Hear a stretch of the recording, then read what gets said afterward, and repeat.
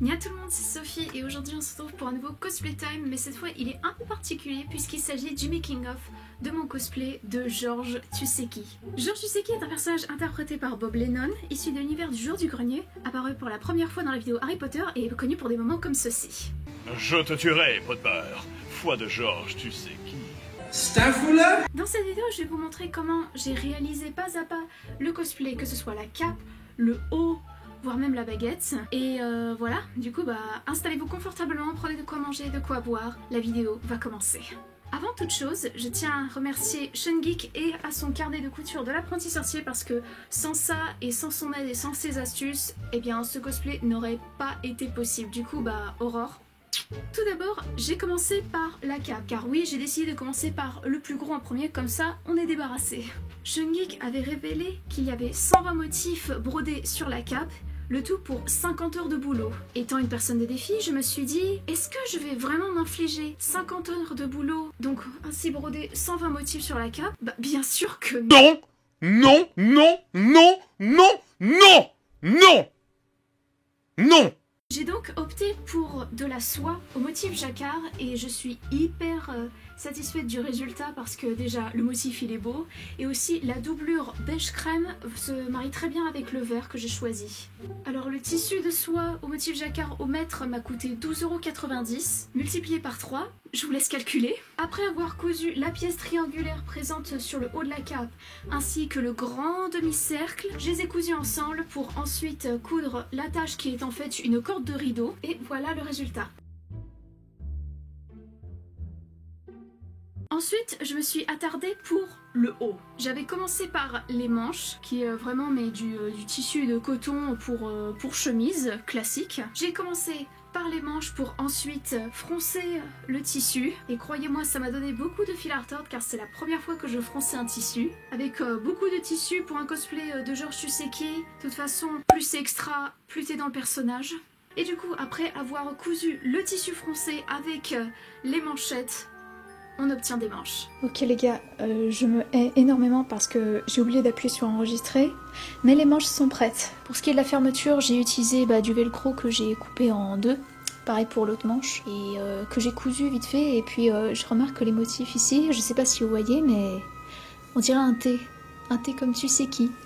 Ensuite, je me suis attardée pour la pièce grise. Et croyez-moi, c'est un gros morceau. J'ai cousu les pièces devant avec la pièce derrière, bien sûr. Le col que j'ai fait, mais en sandwich, littéralement. J'ai ensuite cousu la fermeture éclair.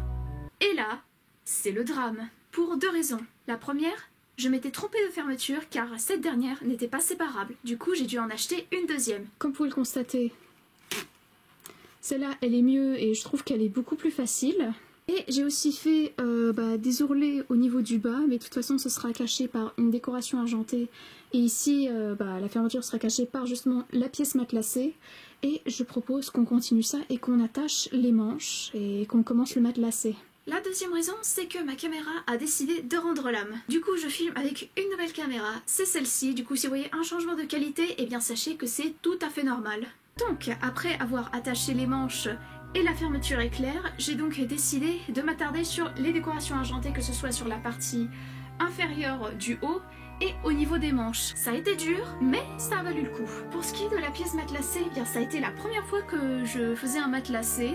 Ça paraît simple, mais il faut être très minutieux. Du coup, la moindre accélération et tu peux tout foirer. J'ai dû faire de la broderie pour la première fois. J'ai donc suivi des tutoriels et voici le résultat. Commentaire?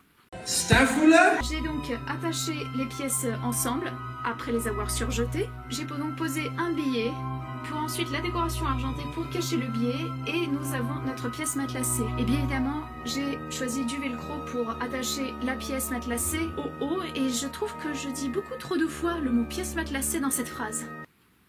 Pièce matelassée. Ensuite, il y a eu la baguette. Alors la baguette a été, je pense, la chose la plus simple que j'ai faite. Enfin, ça et la perruque. J'ai donc pris une baguette en plastique, puis des chutes de Worbla, c'est donc du thermoplastique, que j'ai enroulé autour de la baguette une première fois, puis une deuxième fois au niveau de la manche. Puis ensuite j'ai tout simplement couvert 5 fois de colle blanche, donc 5 couches c'est assez suffisant pour la Worbla. pour ensuite le peindre avec de la peinture acrylique. Et si je me rappelle bien, les couleurs que j'ai utilisées pour la couleur dominante sont de la terre de sienne brûlée, du jaune de Naples et du blanc. Et pour ce qui est des ombres, j'ai tout simplement pris de la terre d'ombre brûlée, ça forcément fait l'affaire. Et je vais vous montrer tout de suite les détails de près.